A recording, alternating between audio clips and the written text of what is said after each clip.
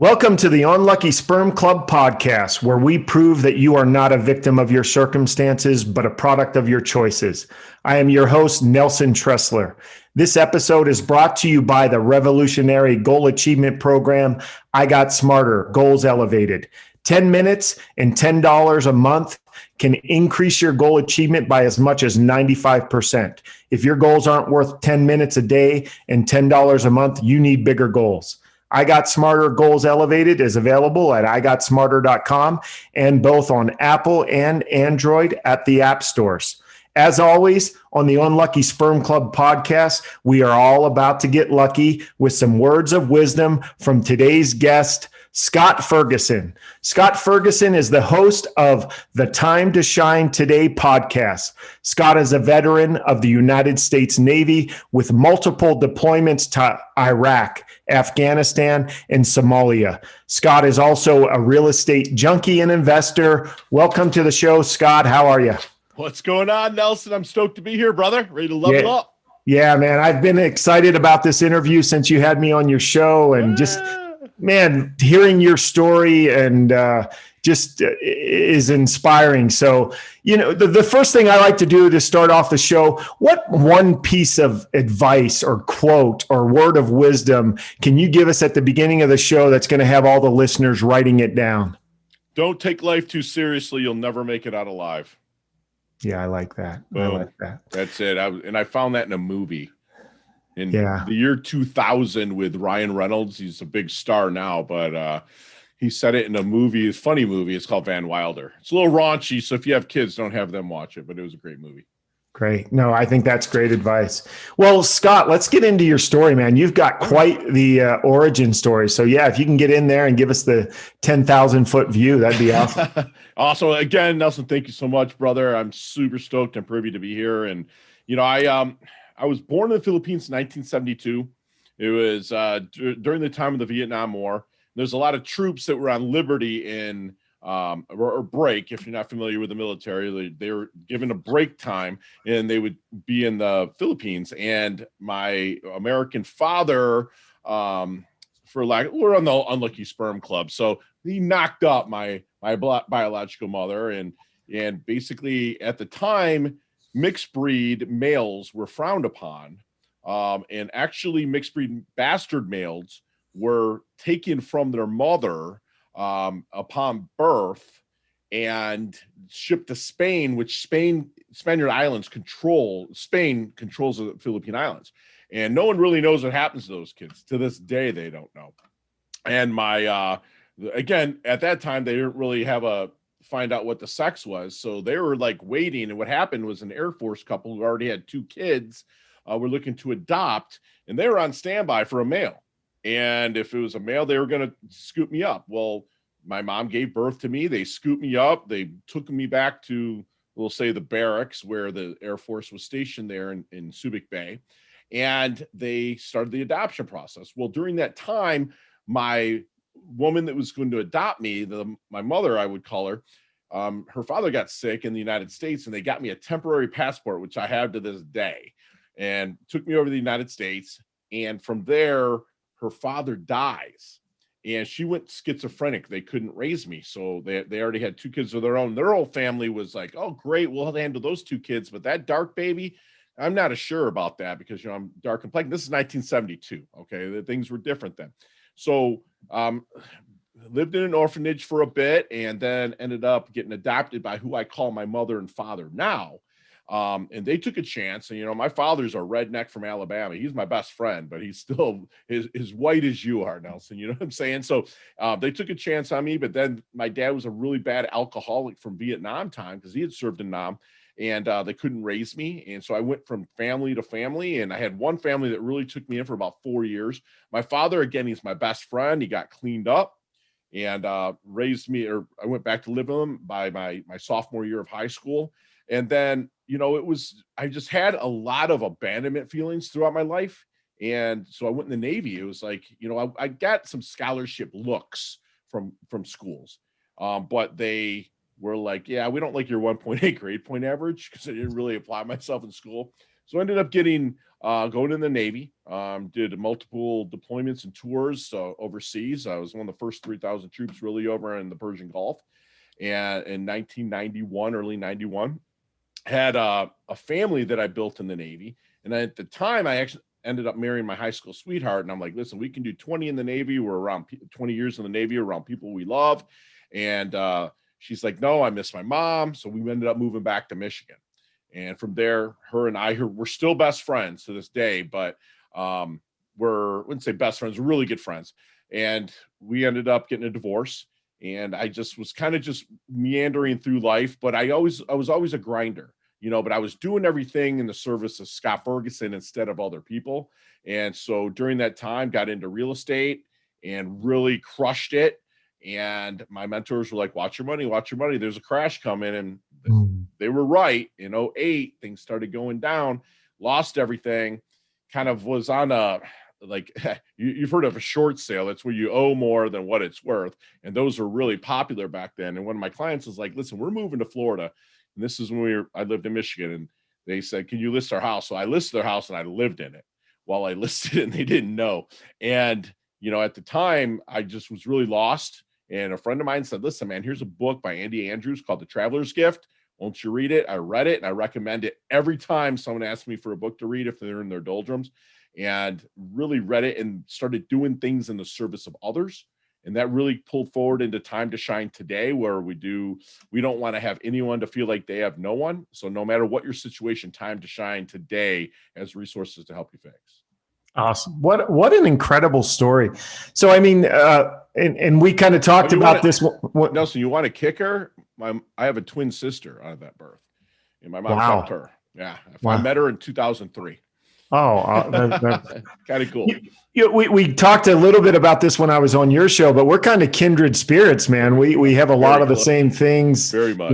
You went to the Navy, I went to the Air Force. I think we're both, 49 or so. So I can relate to a lot that you're talking about. So how did you feel growing up, coming from that situation? Because I think a lot of people get stuck in that mindset that you were given up for adoption. You lived in an orphanage. Did that weigh upon your mind and kind of relate to the way that you valued yourself? Oh, hell yeah, man. It was like a chip on my shoulder throughout the whole time that I was out to prove something at all times. It was never any flow to my life. I'm really, nowadays I'm really in Jiu Jitsu, Muay Thai. I'm really into a flow in my life for the past 15 years. But then there was no flow. It was just had that chip on my shoulder, feeling like who's going to leave me next. I'd blow through relationships, and I do them in such a bad way, really hurt people, which, in retrospect, it sucks. And I actually reached out to every single person, and whether they forgave me or not, I asked for it. But yeah, it was a difficult waters to navigate because everything was done in the service of Scott, not in others. And do you find that people who are in that situation, the only person that they can really depend on is themselves? So they fall into that trap of only thinking about themselves, no matter what else happens to everybody else around them? Oh, absolutely. For like probably 12 years of my life, maybe even more, if you saw the definition of narcissism in the dictionary, that my face would be there, brother. It would be there. It would say Scott Ferguson. I was very narcissistic, very, I'll show you, very, you're wrong, I'm right, you know nothing, I know everything. And, I would listen for advice, but only if it served me and only if I really thought it worked. And I had so many people that I attracted in my life to help me even at that time that I wasn't receiving it. So you talked about the book that you read. I mean, what switched you over? Where was the fork in the road where Scott started to, think about other people and realize that there's more to this life than only going after your own needs? Was it just that book, or were there other things that have led up to it? I'm sure there was other things, Nelson, but the book, basically it's about this dude who loses his job. He's working at like a hardware store. His daughter is very sick, can't afford anything. And then he has to leave the hardware store. And the guy's like, if you leave, you're fired. And he left. He's like, it'd be better if I ended it. So he runs the car into a tree. He wakes up in 1945 when Harry Truman was sitting at his desk ready to sign the orders to drop the bomb on Hiroshima and Nagasaki. And so he meets Harry Truman, and he gets responsibility, and he meets King Solomon, and he gets wisdom. He meets Anne Frank for happiness. He meets Abraham Lincoln for basically choices. And in the biggest thing that really stood out was that first chapter is responsibility. And one of my other mentors, Rod Hairston, says, that responsibility, it's rooted right in the word. It's the ability to respond. And so I took that responsibility upon myself. Everything that happened, whether it was good, whether it was bad, from the time I was in my mother's birth canal to where I was sitting then at 38 years old in 2010, that I would take responsibility and respond to my life and not just react. And that's what really made it take off. Yeah. I love that, because one of our philosophies that I got smarter is I take 100% responsibility for my own success. And once you do that, once you realize that you're in control, that you're not a victim of anything, you're not a victim of the economy, which is probably what you were going through in 08, or from your parents or from anybody else out there. Once you realize that you're 100% in charge of your success, that's a huge change, right? Huge. That's everything. No matter what happens, I have the ability to get out of any situation, whether if it's bad, and to plan for it beforehand. And again, I've mentioned Jiu Jitsu before, and I don't want to make this about a Jiu Jitsu conversation, but that is something I've been practicing for a long time. And it's life. Jiu Jitsu is life, and it really puts you in precarious situations where you have a guy our size laying on you and having to find your way out of precarious situations. And that's just what I've become really good at, is finding escape routes, but staying present during that time to learn from the experiences. Where before I'd find an easy escape route and bail. Now I actually face it and see if I can kind of come back at that and make it a better situation. I love that. So going through the Great Recession, which I don't think was a pleasant time for a lot of people out there, do you think any of that had to do with you maybe opening up your mind, or maybe changing your mindset? Maybe, is rock bottom a great place to kind of spring into a new life? Did you find that? You know what? I had thought I had hit rock bottom before when I was in the Navy and got out and didn't know what I was doing. But again, I was doing it. I named my company Vulture Capital because I preyed on other people's misfortunes. You know what I did? I would buy scoop houses up or people losing it and stuff like that. But to answer your question, yeah, the responsibility that happened later in my life from the learning experiences from what I've been through, and understand that I am the catalyst for all of that, is why I was able to pull out of it. If that makes sense. I know I kind of went off track there, but that's what I did. Everything is rooted in your number one rule as well as responsibility. Yeah. I love that. And I kind of go into some quotes here, and I like to get my guest feedback on those quotes. And you kind of have gone into a lot of them, but what does the quote mean to you? Live life as a victor, not as a victim. And you've definitely done that in your life. Live life as a victor, not as a victim. Basically, it means that if you're living yourself as a victim, that you're not asking yourself powerful enough questions during the day. And I might be cliche now, but I would always ask myself powerful questions, even when I was leveling up on the wrong side of the law, if you want to know. It's just about me. And that, being a victor is asking yourself powerful questions. Nelson, if you're driving down the street in your car and you put your blinker on, your brain has fired a question and answered it by putting that blinker on. That's a weak question. I want to see how many people I can help today, how many people I can overlap their happiness.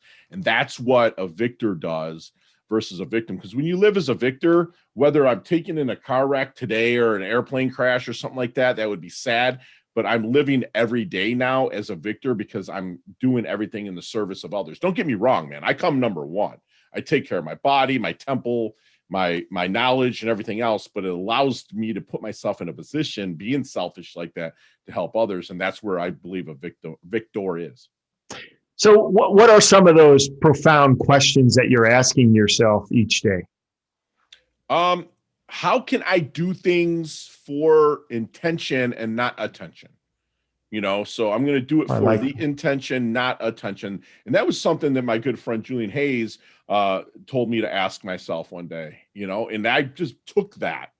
I'm sorry, Julian Hayes the second, if you're listening. But, I took that and said, okay, man, am I doing this to really serve not only myself, or others, or am I just, am I still really spreading it? And also, really, the more that you mentor, the more immortal you become. So I want to mentor as many people as I can through my journey to help me level up and them level up. That's awesome. That's awesome. I love that. Another question that I ask myself is, how can I do better? And can I do better? And what does that mean to you? That you either progress or regress. And you and I, if we went back to 2008, you and I have a little bit of this salt and pepper stuff. I can say this to you because we are the same age, basically. If you look at us in the mirror, bro, and you and I, look pretty darn good for 40, coming up on that half century mark, right? But if you look at pictures of yourself back in 2008, you might have a few extra pounds then, or I might have, because I let myself go a little bit. But you either progress or regress. You can never stay the same. So you've got to always move forward. And that includes in failing. When you fail forward. My favorite football player of all time, being from Detroit, of course, is Barry Sanders. He lost yards, but every time he did, he fell forward. So It's like I'm always trying to fail in a way that, I take very calculated risks, but I'm always moving forward. And it's all about progression all the time, progress over perfection. We say in Jiu Jitsu, position over submission. We want, that's what we want, is always progress, period. Yeah. You know what? I hear people talk a lot about failure and fail fast, fail this. And I struggle with that because I never feel like I fail. I always just feel like I've learned. Dude, I love that you said that. Dude, people always ask me when I compete, they're like, I always say I never lose. And they're like, what? I just saw you lose the other day on the mat. And I'm like, yeah, I either win or I learn. Exactly what you just said. And that's how life should be approached. Yeah. And it's such a great mindset, because you understand that this is a process that we're in, and failing is final. And I'm not done yet, man. I might have not gotten where I wanted to go in the time frame that I wanted to go, or even the destination, but I didn't fail. I just learned, and maybe now I need to do something a little bit different. And speaking of learning, and we talked a little bit about our age and 49. What advice, if you could go back and from your 49 years old and give that advice to your 19-year-old, what advice would you give them? I'll get a little Matthew McConaughey here. I get busy. LIVIN. I'd be living, bro. I would always do something every day to level myself up. That's what I would tell myself. And basically, so many of us die when we're 20, but we're not buried till we're 80. You feel me? So it's like, bro, get busy, LIVIN, live your life. Get out there, and if you see something you're scared of, tackle it. Go around it, go through it, whatever you have to do. And if you're stuck, I'm going to use my good friend Leah Woodford's, saying, get your asking gear. Ask for help, bro. So LIVIN, and ask when you need help. That's what I would tell my younger self. Would he listen? No, he would have been like, listen, dude, we're going to just plow through this. And the fear was never an issue with me. It's just how I went about getting through it. I never asked for help. Yeah, that's awesome. That's awesome advice. And I just had a 23-year-old son get married, and you try to give them advice, and you think you know it all. You think you're smarter at 23, and then you realize when you get into your late 40s how much you really didn't know. And dude, so much. Yeah, it's hard to explain. What are some of the things that you've learned over the last, 4 or 5 years that could help our listeners about yourself? About myself, Yeah. that I myself used to pull the past with me and say, oh, that's history, I can learn from it, but you've already learned from it. Well, that's another thing, my mentor, Sam, I have really 2 big mentors, Gary Shapiro and Sam Mizuraka, excuse me. And they both said, listen, man, your life's in front of you. Don't drag the past with you. I mean, your windshield in your car is huge. The rearview mirror is small. A lot of times, a lot of people pull that stuff through there. Me, I either leave it back there, or if it's something that's tragic, I put it under my feet and stomp on it. Not to say I don't learn from my failures or my learning experiences. I don't say that I'm not learning from them, but I just don't pull them forward anymore. I'm going to give you a Nelson Tressler quote. Don't let your past poison your potential. Love it. Love it. And that's what I try to live by. And I think especially the listeners to this podcast is they've all had a rough go at it sometime in their lives, and they want to live in that past. They have that, that past pulling them down, telling them that they can't do this because of where they came from. And we cannot let our past poison our potential or our progress or whatever you want to say. So, Now, I think achievers always have this question is, how many times have you said, I know I need to do better, but then you didn't? And how has that affected you? Do you fall into that? Yeah, I'm not going to say I don't. I mean, I probably did a lot more than I did before. Right now, I wake up every day and life's a gift to me. So, I mean, I get after it. My morning routine is insane. My workouts are insane. I take care of my temple. By 7 a.m. I'm done, and I've got two and a half hours worth of work in, man, by then. And so,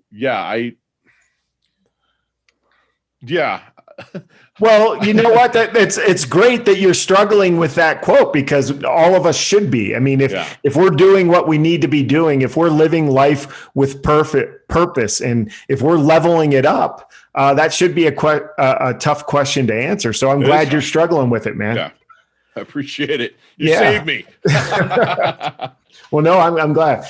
One of my favorite quotes, I think it comes from Tony Robbins, and I try to live my life by this, but everything in life we get to give meaning to. Yes. And, I love that, because that means I get to give meaning to everything that happens to me and has happened to me. And for the longest time, I had that rough childhood, and I gave it a negative meaning, and it weakened me. And, I didn't even want to talk about it. You've been through that. How have you given your start to life a different meaning, as you said here today at 49 years old? By start to life as a different meaning? Is that what you said? I mean, have you always given it a great meaning? Has it always strengthened you?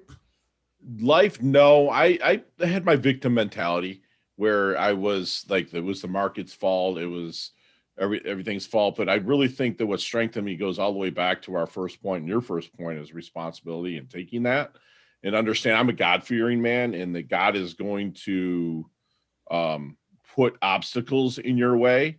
And there's going to be a lot of rejection, that comes through your life. And, I was told that, rejection is God's protection, man, sometimes. And you just have to find other ways to navigate the waters. And you can never do that without other people's help. Life's a team effort. I don't care what anyone says. If you want to be a hermit, that's fine. I love that. But if you're really looking to change lives, it's a team effort, and you're going to have to rely on other people along the way. Yeah, absolutely. And I love you bringing up obstacles, because we're all going to come up to obstacles. But the one great thing about obstacles is you have to grow to get over them. Gotcha. And,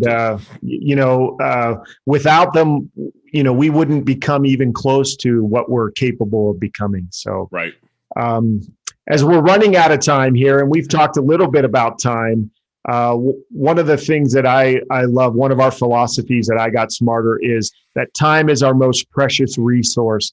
and we should never waste a second of it. Can you elaborate on that? Do you believe that, first of all? And can you elaborate on that philosophy? Absolutely. I mean, you time again. That's why my morning routine is as it is. I don't know about you, but it's a little bit tougher for me to get out of bed now than it was when we were 32. I was in stellar shape at that time, and so I progressed through life. I just believe that inch by inch it's a cinch, by the yard it's hard, and that you anything can be attained as I move through life and level up. And again, you got to ask and you got to smile through life. I mean, I am the biggest goofball you'll ever meet, unless I'm representing a client or I'm in a coaching session with a client that is in dire need of help. Other than that, I am the biggest goofball. And it all goes back to my first quote. But I just believe that everything can be broken down.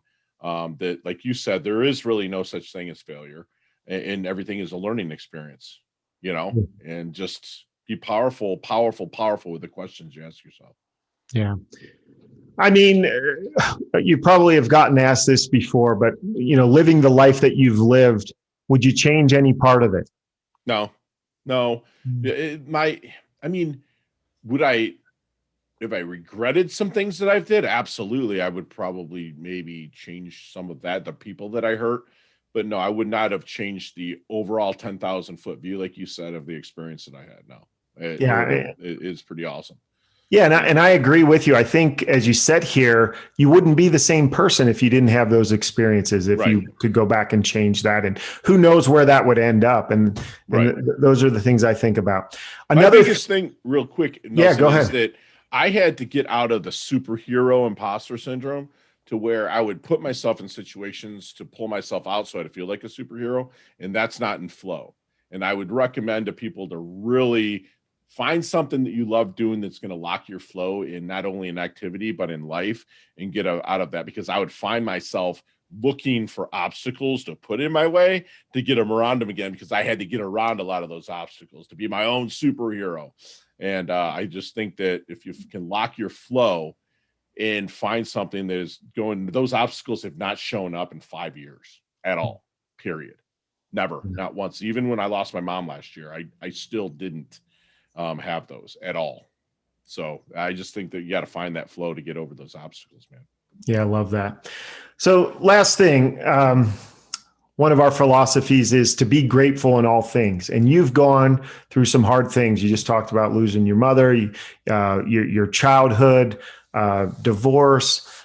How can some of the people who are going through some tough things, I think the attitude of gratitude is one of those healing things, one of those things that inspire us to keep going. Again, it goes back to everything has the meaning that you're willing to give us. Sure. Can you get into gratitude? Does that play a big part in your life, and how has it helped you? Nelson, you are on I have my journal in my hand right now, and I have you in my attitude of gratitude from when we interviewed you last couple weeks ago. You know what I'm saying? I have a journal. I journal every morning. That's part of my morning routine. I put 10 things down every single day that I journal about. And they don't have to be long lines. They could just be Nelson Tressler. Boom. That's probably what I wrote. But I believe that you must understand that everything is friggin' finite. Everything ends. I mean, anything that bad you're going through will end. Period. It cannot go on forever. It will end. Bankruptcy, divorce, whatever, it will end. But guess what? So will the good things will end. So if you're like, Fergie, man, I'm coming to Florida to visit you. We're all stoked. Me and the wife are coming down, guess what, Nelson? You're flying back, right? It's going to end. We might have a blast, time of our lives, but it's going to end. So I tell my coaching clients, I tell my squad of listeners that you have to overlap your happiness every single second of every single day. Find out what you're freaking grateful for, and be happy about that, and overlap your happiness so that happiness never has a chance to end. And that comes through what you said is gratitude, period. Yeah, I love that. I talk about that a little bit in my book. It's kind of like playing poker. You get that hand that's dealt you, And if it's a good hand, you just want to plop that baby down and say, okay, I'm good. But if it's a bad hand, we get to discard those hands. And the way we do that is by making different choices. And yeah, I love how you do that. And unfortunately, all things come to an end. You just said that. And we're kind of to that. We're kind of to that point as well, but it's been incredible. So, first of all, I'd love to thank all of our listeners. We really appreciate your support. We'd also like to thank our sponsors. I Got Smarter, Goals Elevated. It's at the App Store. And we'd like to thank the book, The Unlucky Sperm Club. You are not a victim of your circumstances, but a product of your choices. Available everywhere books are sold, including Amazon and Audible. Until the next time, I'm your host, Nelson Tressler, signing off and reminding you that your past cannot poison your potential.